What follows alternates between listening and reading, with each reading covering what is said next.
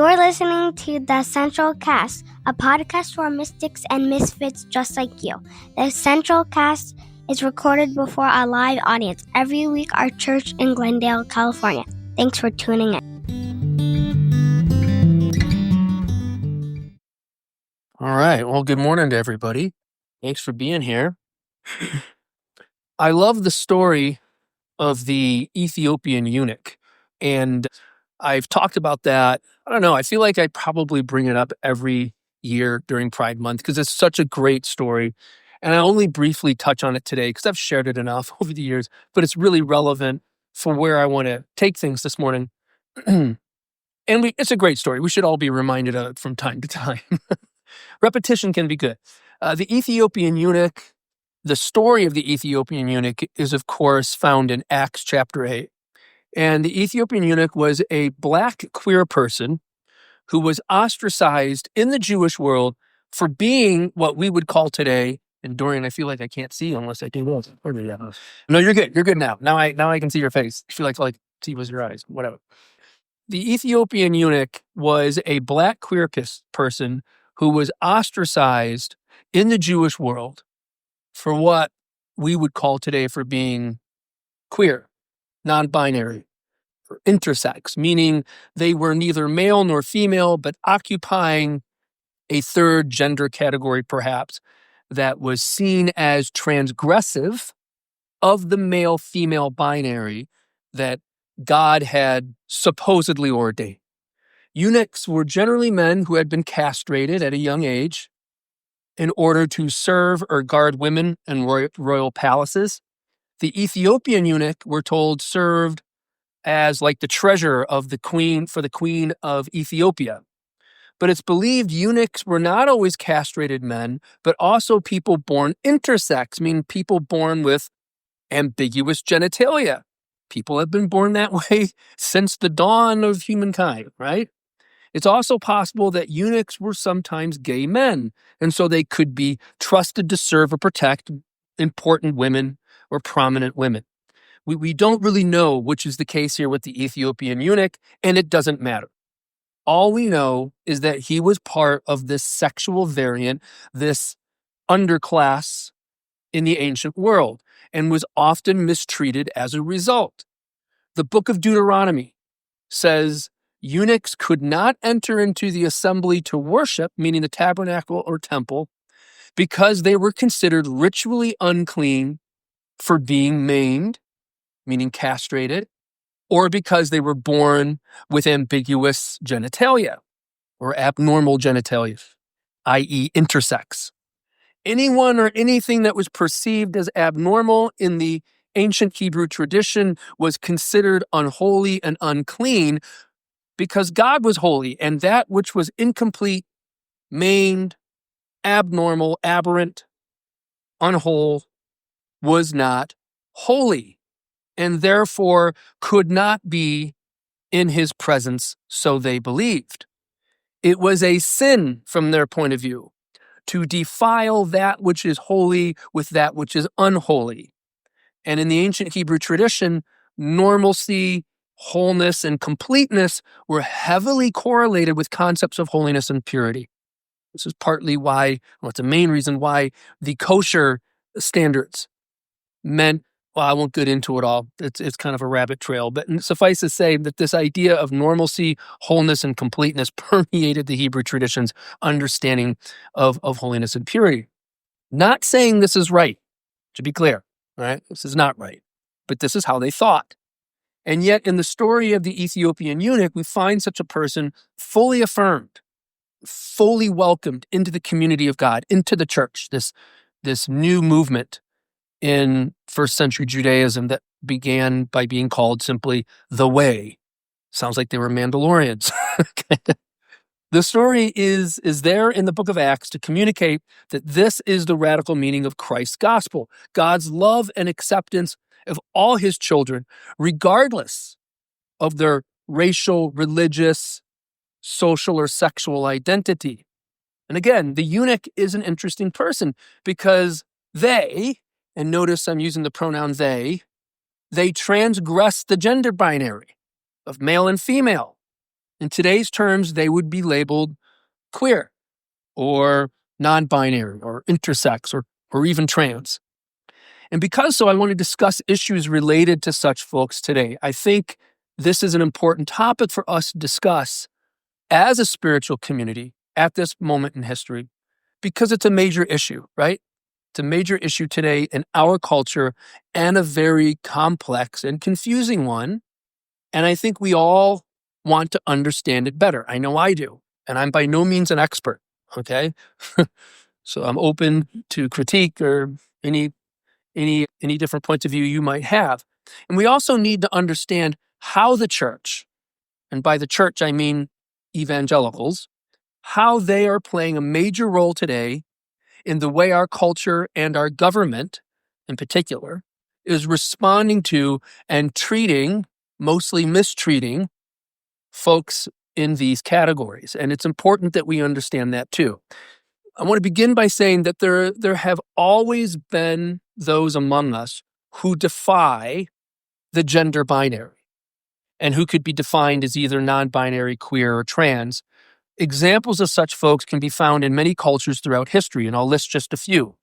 Not just eunuchs in the ancient Near East, but other examples would be, and I'm going to mispronounce these terms, I'll do my best, the Hijira people of South Asia, the Mooks people of Oaxaca, how do you pronounce that? Oh, not Oaxaca.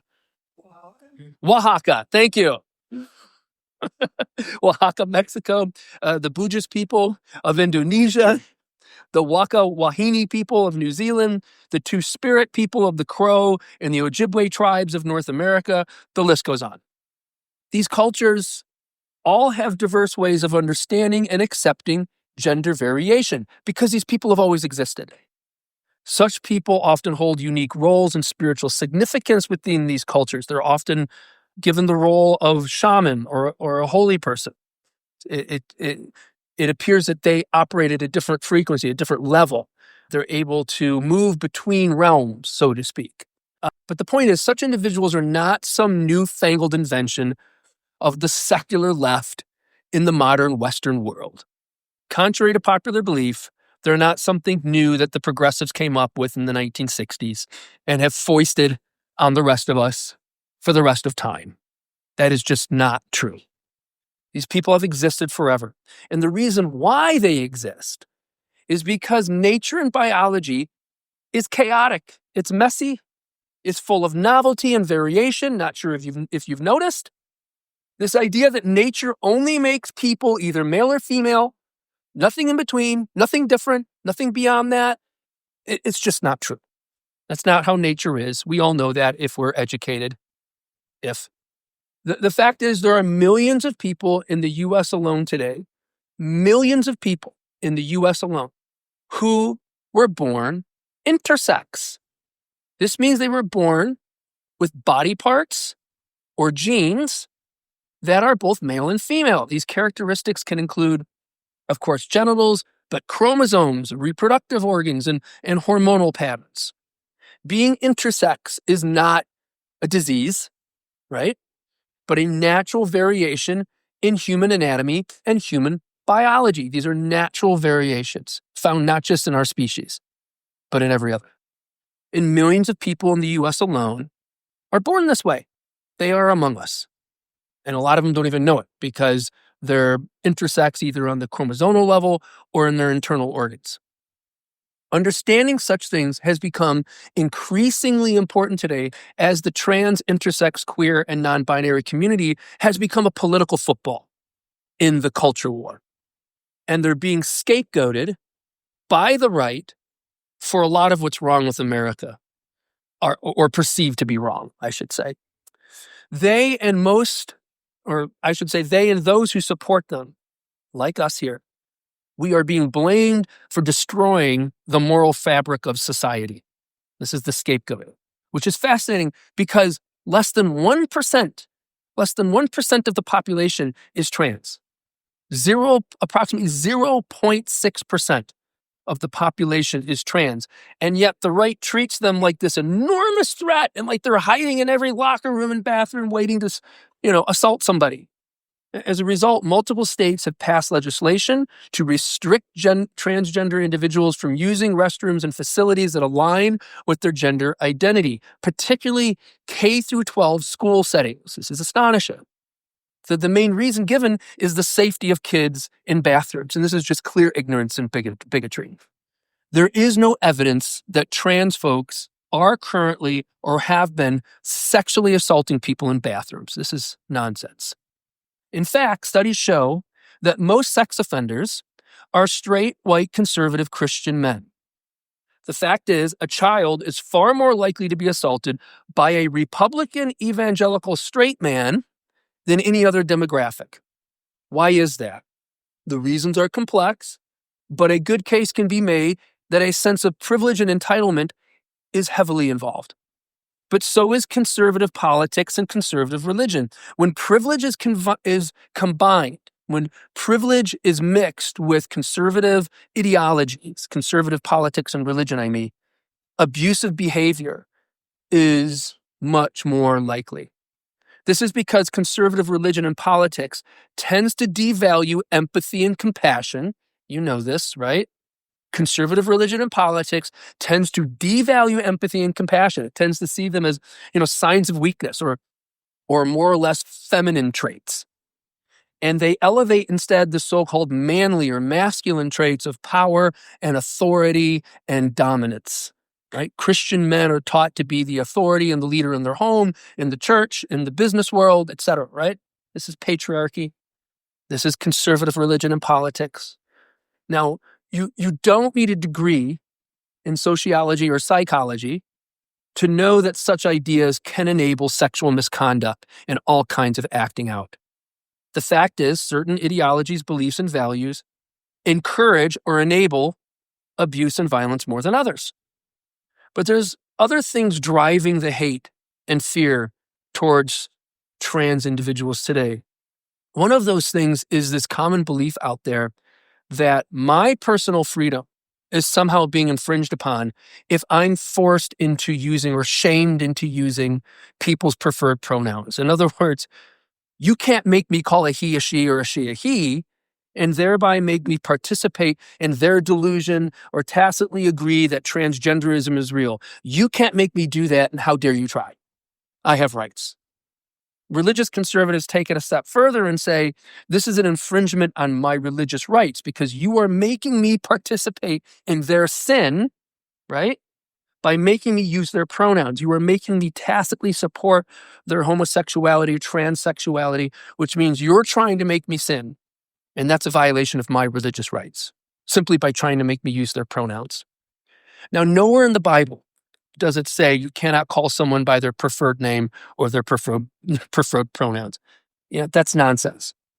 Trans folks are just asking for a modicum of basic human dignity and respect by asking to be called by their name, by the name they choose for themselves and or the pronouns they choose. That's it.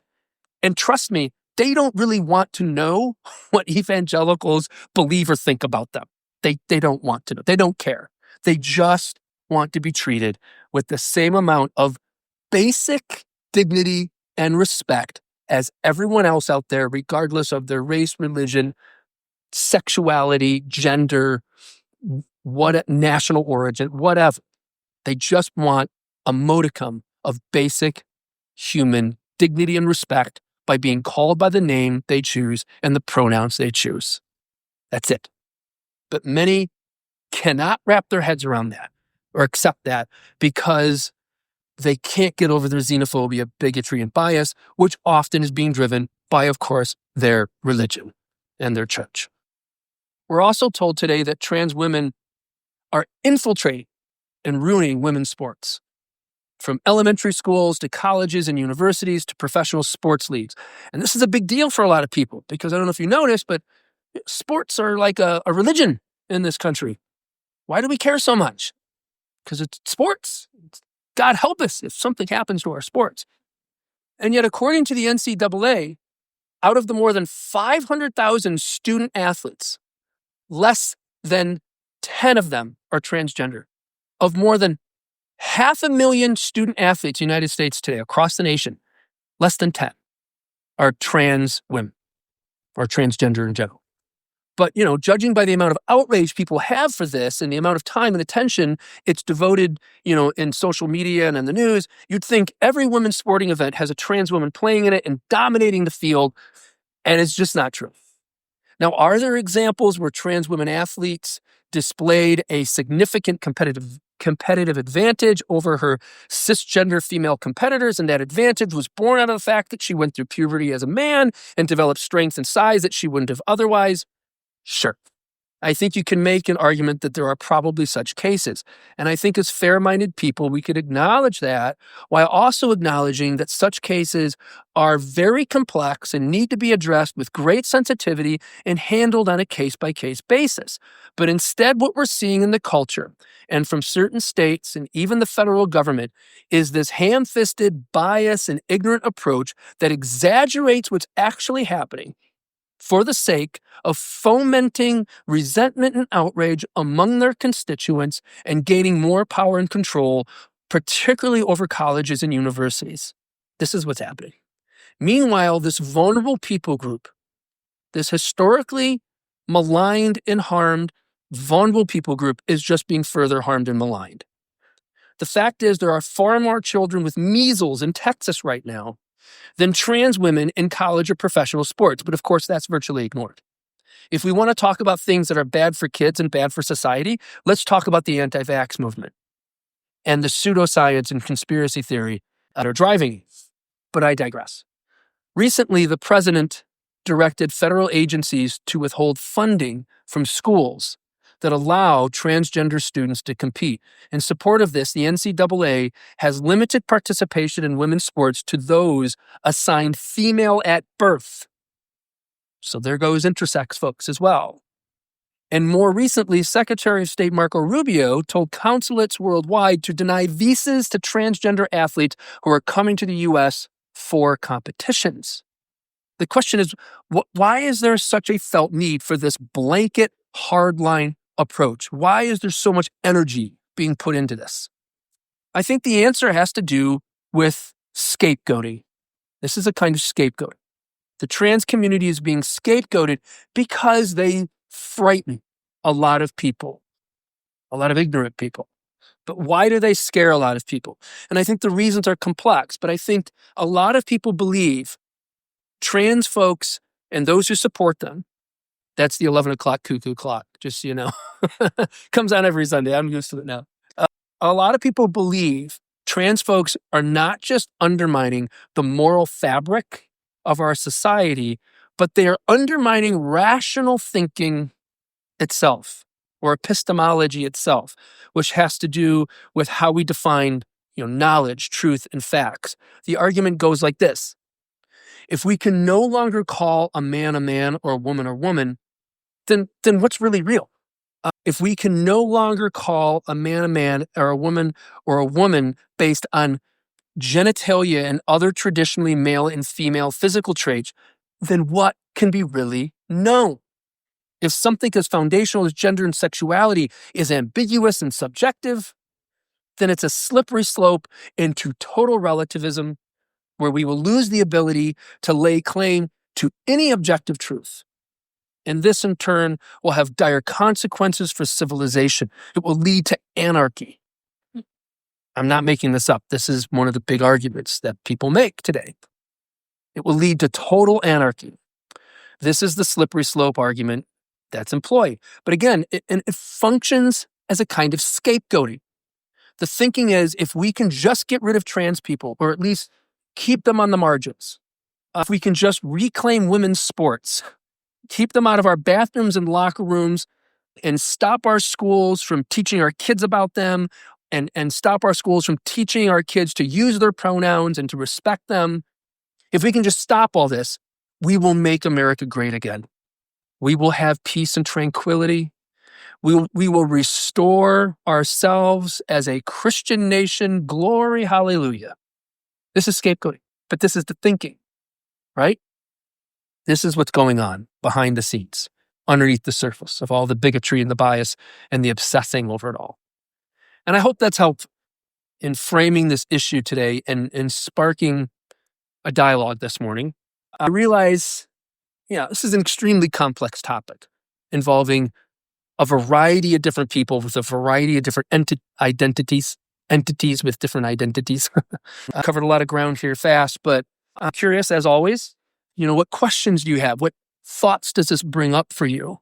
What does this provoke or evoke for you this morning? I'm by no means an expert on all this. I've just given it some thought and hopefully I'm paying attention to what's going on in the culture, but I don't have all the answers ever, especially about something as complicated as this. Questions, thoughts, remarks? Yeah, Abe, and let me get the mic thing here. You gotta turn it on first. Oh, yeah, nice. Yeah. Hand that to Abe for it. Thank you so much. Oh, fake. It's fake, yeah. But just to tap a little bit on this escape thing, I think that I think we're also kind of distant now from, our upbringing for a lot of us. And it's kind of easy to forget how the theology of sin is such an incredibly powerful influence on millions and millions and millions of people in this country. In that, they live in a world where if society permits sin, then God will punish this country. People will be thrown into hell to burn for all eternity, potentially people they love that they're close to, and that's a very real fear for huge swaths of this country. And so, I think in a way, it's hard to disentangle that motivation from what are very obviously corrupt, motivations from the leadership who, it's a dog go lead that obviously, nor does, almost all of the senior leadership, but they are using these things to enrich themselves, to make themselves more powerful. But that, for a huge number of people in the movement, it's this sincere belief that they have that this is what the Bible says. That God has condemned sin. And if we commit sin, then the country will be lost. So it's like there's an element of this whole problem that we're kind of trapped in that is cynical on the part of the leadership, but there's it's not cynical for people that really read this stuff. I remember being that way. Yeah. It's like we all kind of, have embraced this, and so it isn't so I think it's helpful sometimes to remember that it's like, this is a belief system that they're trapped in, and their behavior is a logical outgrowth of that worldview, of a sincere belief that there is this, vengeful God that's awaiting us on the other side of life, who cares about our decisions in this world and what your society or your culture permits, and will either bestow his blessing or withdraw, So anyway, that's a great point. And it's also interesting that it's not the sins of unfettered avarice and greed, of unfettered capitalism that they're worried about. Yeah. When you look at, we talked about the exile, the Babylonian exile a few weeks back, right? And how it was idolatry and injustice being practiced in the land that the ancient prophets reasoned was why God allowed them to be sacked by the Babylonians and their nation laid waste and the temple destroyed and the people carried away into slavery. It was basically injustice. You have harmed the poor. You have neglected the poor and the destitute, the orphan and the widow, all that. And of course, also you've gone after foreign gods, right? That was the other part and parcel to it, right? Yeah. But of course, the evangelical mindset is the worst sin that is being committed in America today is homosexuality. That's the term they use. I don't use that term, but and transsexuality. And God will not hold us blameless. And we as a nation will be punished for this. Never mind, of course, unfettered capitalism and the greed and the avarice, or how we, are taking money away from Medicaid today and SNAP and all, never mind all those sins that actually were the cause of the nation of Israel falling into judgment and breaking the covenant, right? No, it's sexual sins. Those are the worst sins. And it's the gay community that really is to blame for what is about to happen to us as a nation. They are the ones keeping us from being a holy and pure, God-fearing nation, right? It's astonishing. No, but I mean, it's... know, I apologize if it's my fault. Yep. It's not it's not the straight pastor, No, the child pornography. no, Not them. it's not men like me. No, I'm loving my wife. It's gay women like you. Yeah. Yeah. No, it's not me. It's not, you know, you want to talk about moral decline. You want to talk about moral decline.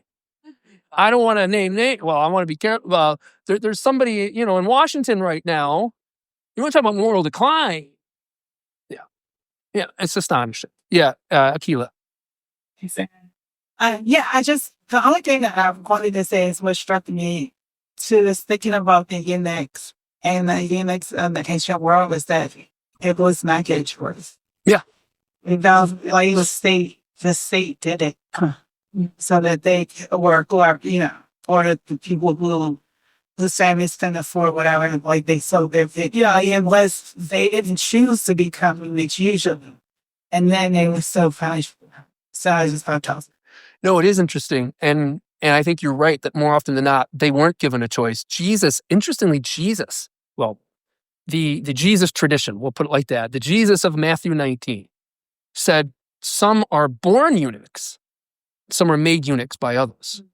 Right? He was deeply concerned, as were the Hebrew prophets from centuries prior, about including eunuchs in the fold, in the people of God, as a demonstration of God's unconditional love for all his children, even those who traditionally, according to tradition, were ostracized because of who they were socially or sexually in the community. Jesus remarks about them in Matthew 19. Some were made eunuchs, but some were born eunuchs. We don't know exactly what he means by that. But I'd like to think intersex people have been around forever.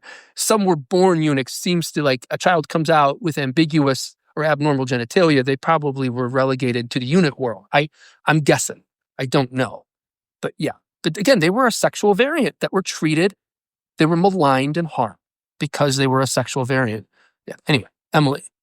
There's like too many tangents. Yeah, it's that complex. stems off of this, but like when you said they didn't have a choice, Black people didn't have a choice either when they were being sterilized against their will, or when they were being told that they were getting health care, but they were giving them syphilis. Yeah. Or, you know, it's like white Christian people have been scapegoating and blaming populations that are smaller than them for eternity. It's like, at what point, like, how have we gotten this far and it's still happening? And it's happening even to the smallest population, Yeah.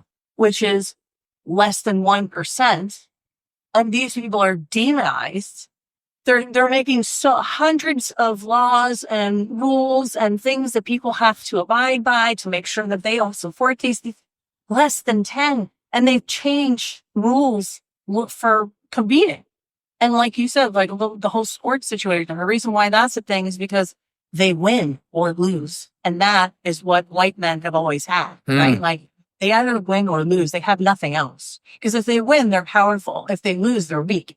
And that's all that men have been able to do, right? Yeah. So it's like that has bred the man to go into the women's bathroom. And by the way, before trans people were out and using their preferred bathrooms, men were going into places, they were dressing up as cable guys. We're not attacking the cable people. They were dressing up as police officers. Sure. We're not attacking police officers. Like they're an imposter. They're dressing up as, which also I've never heard that happening. I've never heard of a man dressing as a woman and going into the bathroom and assaulting women because they don't need to. Yeah. They assault them by getting them drunk. They assault them at their jobs. They assault them at their homes. They assault them walking down the street. I mean, women have been taught to use their keys as a weapon because we have to protect ourselves all the time from men. Yeah. And it's like, it's just so irritating that we've made it this far and we're still in the exact same place. So we are. White Christian men are doing the most harm to society, but they're blaming it on the smallest population. Yeah. Who don't have a choice. There's still people who believe that Black people did have a choice, right? Like, huh? What are you reading? Like, but they do this over here to tell them it's the uneducated, like you said, like people aren't, and you started out with this today, Julie, saying like, we are, for the person being quoted, like, we are taught in the Christian religion to ignore our guts. Any desire or wants that we have are wrong, and they should be, squashed. They should be put away. Like, you shouldn't be doing any of these things because you're sinning. And now you're going to hell. So now, okay, well, you either believe that you love the same sex, or you're going to a fiery pit of hell forever, eternity. Like, what are we doing? Like, this is just, it's gotten way out of hand, and I don't even know what to do about that, because now we've got this idiot. He's bringing military against the people. It's just, I mean, I've said this almost every week. How did we even get here? Every week I feel like there's something crazier that we're like, wow, didn't see that coming. It's exhausting. It's exhausting. And I think that's part of the goal, is to exhaust us. But no, I'm sorry, did I cut you off? Did you have more thoughts? No, really important point. And yeah, there is something really, I don't know why people of European Christian descent, there is a litany of reasons why people of European Christian descent have ended up in the power they have, dating back to colonial times as well, and their ability to colonize the world. But specifically, the dynamics of whiteness and Christianity cannot be ignored in these power structures. And I don't have I'm not really going to try to sit here and speculate off the cuff about all the reasons why whiteness and Christianity have gone hand in hand. Eurocentrism has gone hand in hand. The dynamics coming over, for the centuries, white domination, European domination, the subjugation of basically everyone else on earth. You want to talk about minorities. It's European, people of European descent are the minority as we look at the entire earth, right? How did they get so much power and able to exert it so effectively over others for generations? Specifically, I think it's really important to understand the dynamics that conservative religion and conservative politics play today in this desensitizing or the devaluing of empathy and compassion in so many. The devaluing of empathy and compassion and the relegating of those ideas or labeling of those ideas as being feminine traits or signs of weakness. And that to be a man means to exercise authority and power and dominance, not just in the home, not just in the church, but in the culture as well. Those ideas are intrinsically violent. They are intrinsically violent and abusive and subjugating of others. And once you deconstruct that and understand that social dynamic, then it becomes easier to understand how so much sexual misconduct could be taking place, how so much abuse, all this acting out could be taking place, and where it's coming from. It's coming from the lethal combination of privilege and power, and privilege and these conservative, I'm calling them conservative for lack of a better word, but these kind of like traditional conservative patriarchal structures in the culture and in the church, which is synonymous. It's complex like that, but it's unconscious. The way it works on us is unconscious. And I say us as a white, straight man, middle class, keep filling out the demographic, where I fit into that crew that is historically the biggest assholes around. Yeah. So I feel like I'm speaking as somebody, and I used to live in that world, right? Yeah. And in some ways, I still live in it. So I'm speaking as an expert here. Well, I have an idea. Okay, go ahead. Maybe you can spread this amongst your white friends who are on our side. Yeah. I'm going to say this in the microphone really close. Cool. Like this, I just came up with this. We got to play politics, and we have to get the people like you to pretend that you're on the conservative side. Get into office, and then you can go, just kidding, because that's what politics. You want me to go undercover? Things that they don't ever do. So why don't we make the contrast the biggest it's ever been, and go, I'm going to pretend to be this person until I get into office, and then I'm going to start writing all over. Yeah. Because otherwise, we keep letting, because it's the colonials that go, oh, I recognize you. You get in here after I leave, so that we continue this thing. How do we break that cycle? Yeah. I don't know, Emily. Tell your friends. Yeah. Tell your friends. Dorian. Yeah, I constantly have conversations with female friends about this. It's how do we, especially with young men, have into like it's a great society. Young people in general are just, come into the world and you're afraid and make decisions based on peers and things like that. But men, especially, and men, I think they live in a society where it's like, this is what it means to be a man. And then on the other side, it comes with a lot of, you're the reason the world is the way it is. So I think there's two sides, is saying that one side is basically saying, this is how to be a man. So come join us, and don't teeter in the realm of like what it means to be an emotionally supportive being, or or a sensitive person, But then the other side, it's also blaming them for all the problems, which understandably there are a lot of issues that come from straight males, that create systemic problems. But I think I'm trying to understand what is the way to essentially create an education, teachable moments, right? How do we create more of an education for these young men? And, because, there are resources out there. Let's say that there are, but young people generally aren't going through life trying to think, how can I be, the most effective person from a loving sound? They're usually thinking that, not everybody. So how can we find ways to create an education for these young men that in ways tells them, look, young men create, systemic problems, can, but, we're here to help guide you to a new frontier. We're here to help you understand why those are problems, right? Instead of just being like, you created these problems, now deal with it, right?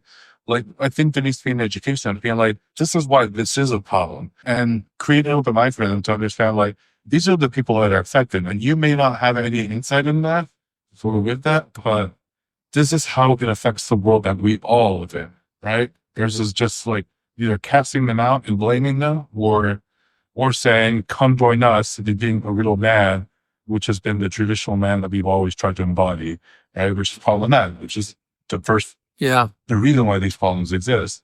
So I'm trying to have conversations with like the people and trying to understand how it is that as a society, because it's society that is changing people, right? There's the people that lived in these southern and conservative areas, the people, the queer people, the LGBT communities that, keep growing in those areas, that essentially are able to demonstrate and show people that we're not monsters.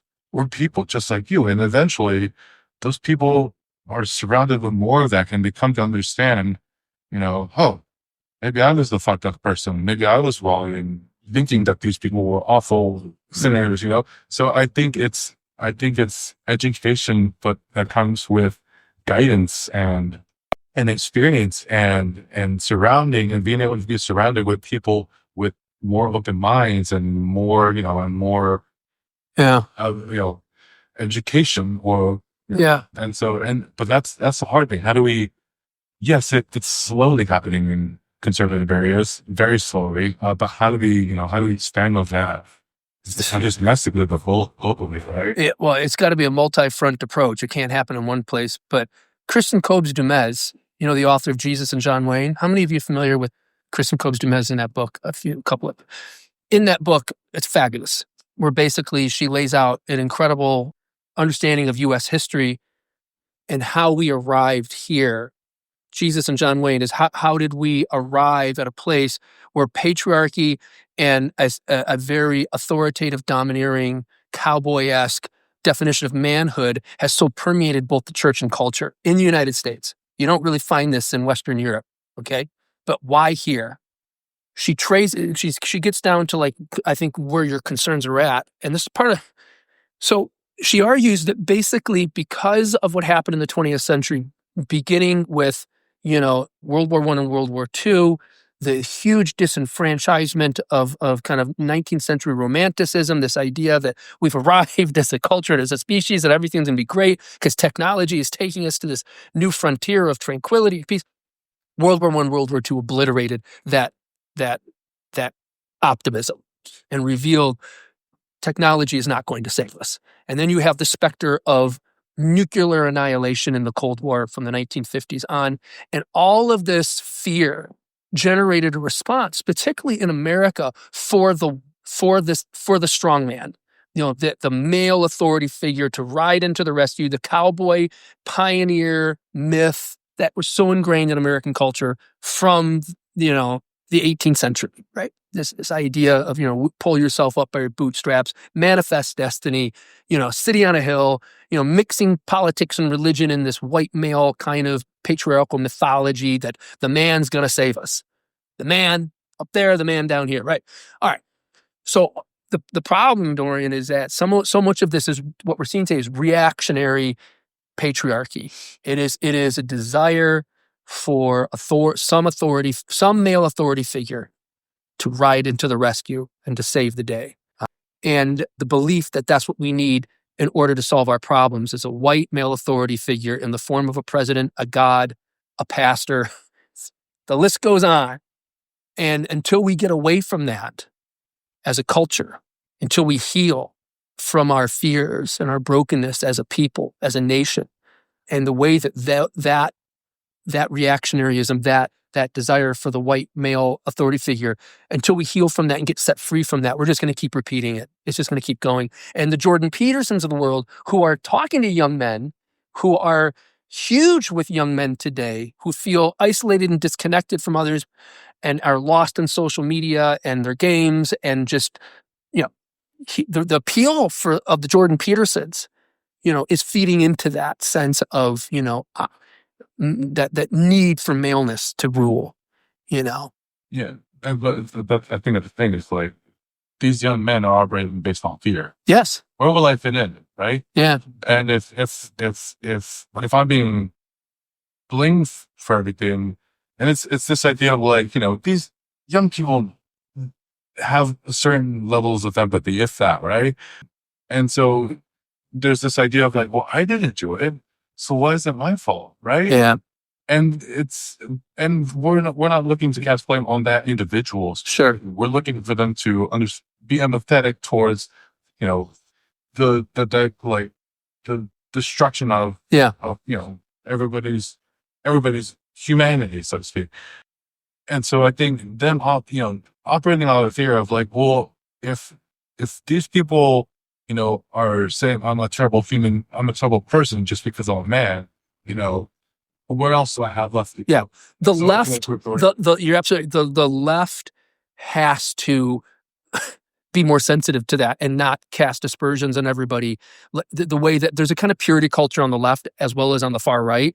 And it's this, again, and on the left, it looks like, often using rhetoric that is alienating and not always helpful and helping people come over from the other side.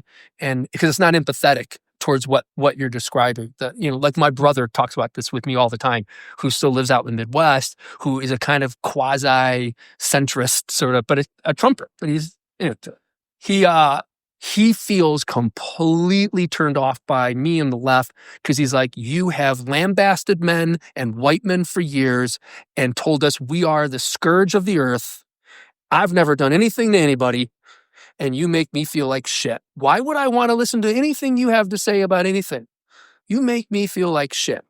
And the problem that I try to tell him, like, you need to get over that a little bit and start opening your ears. I understand, but I also realize that we got to be, the left purity culture has fomented a lot of that as well. And that doesn't have to be that way. Does that make sense?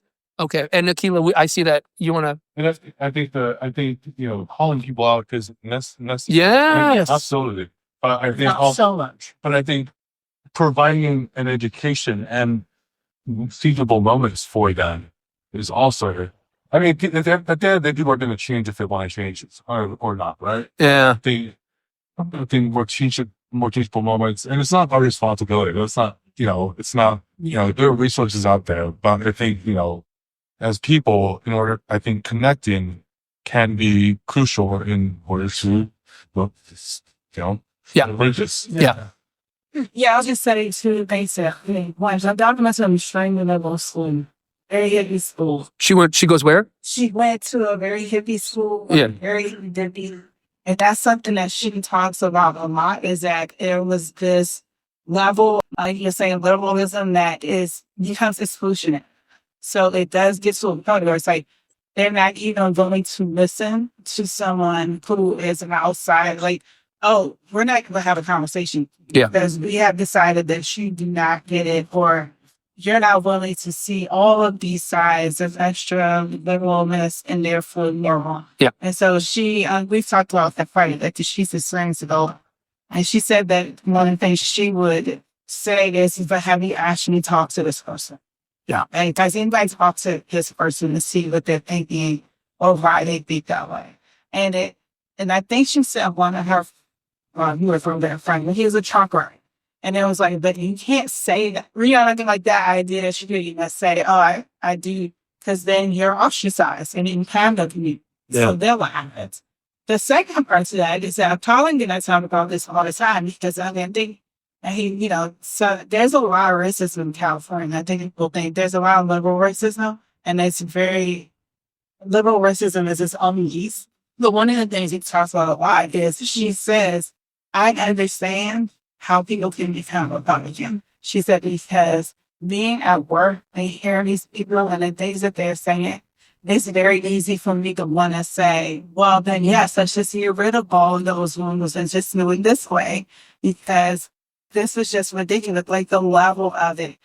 But it does come from, a lot of it is liberal racism that disguises as progressiveness. And so it's a very, anyway, yes.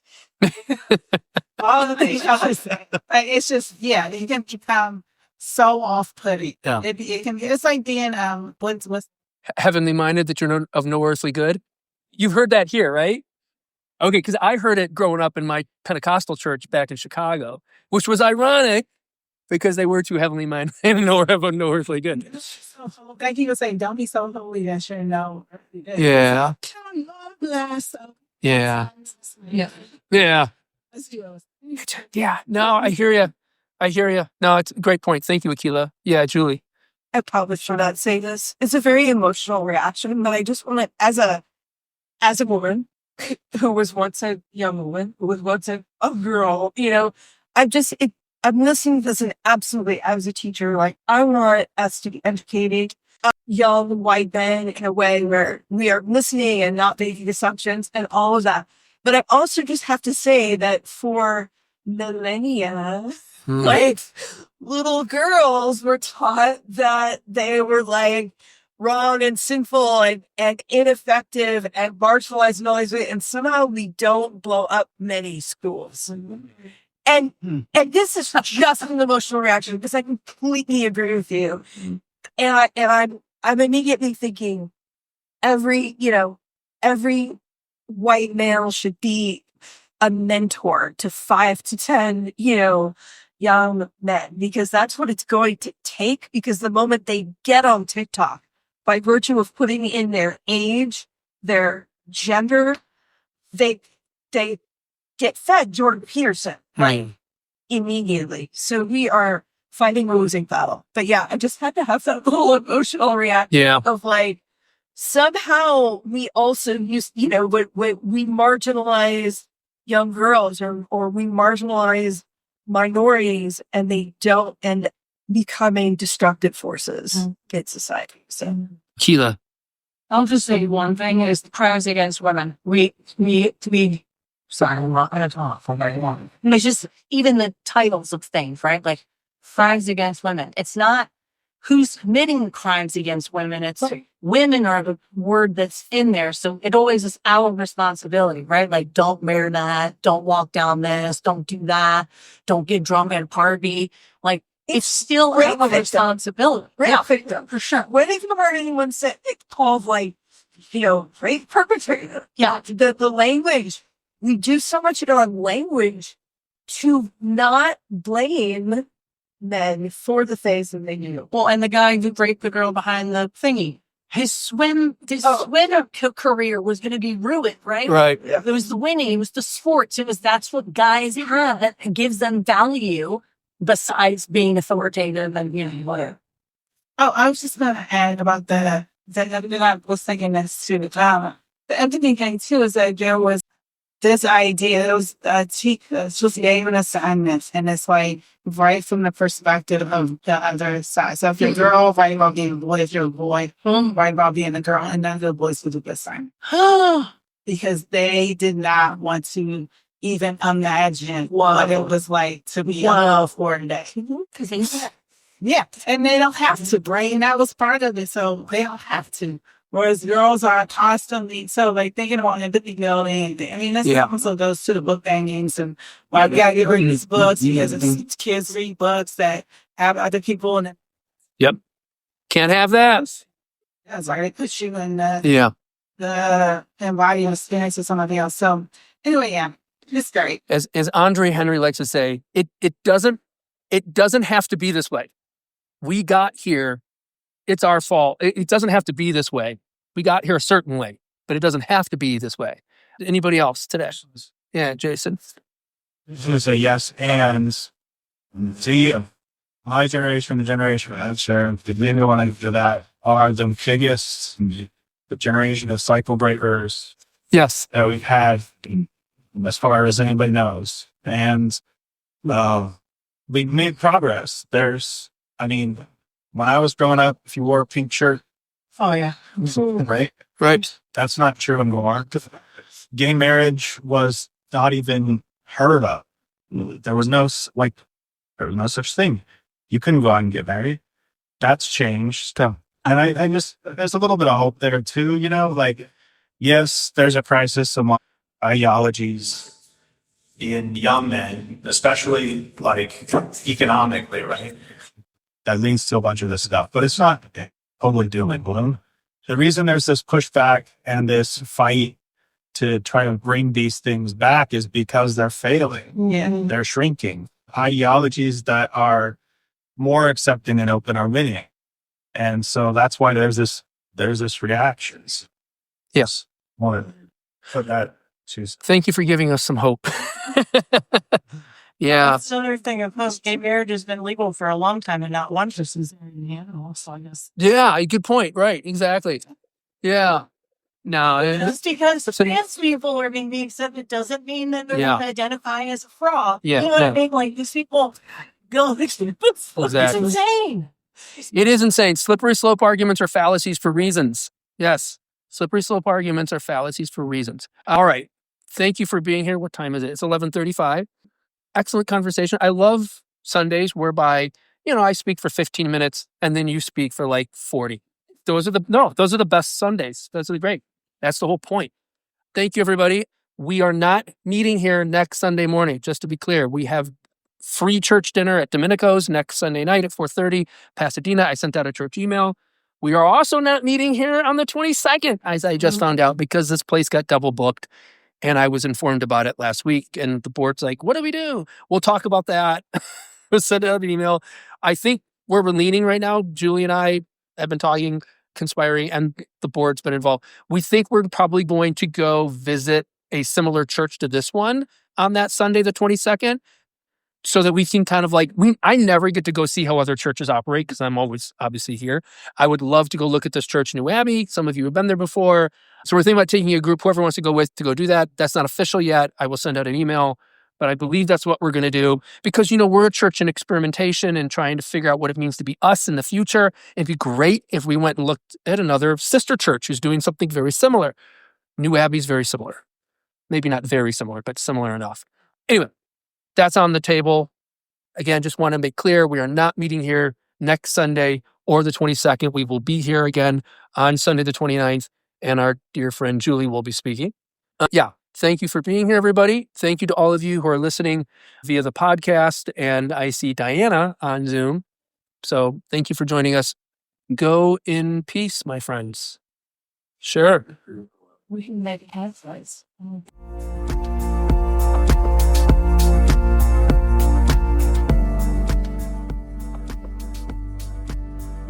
Thanks for listening in on this week's edition of the Central Cast. Hope you enjoyed it and hope you join us next time. Bye-bye.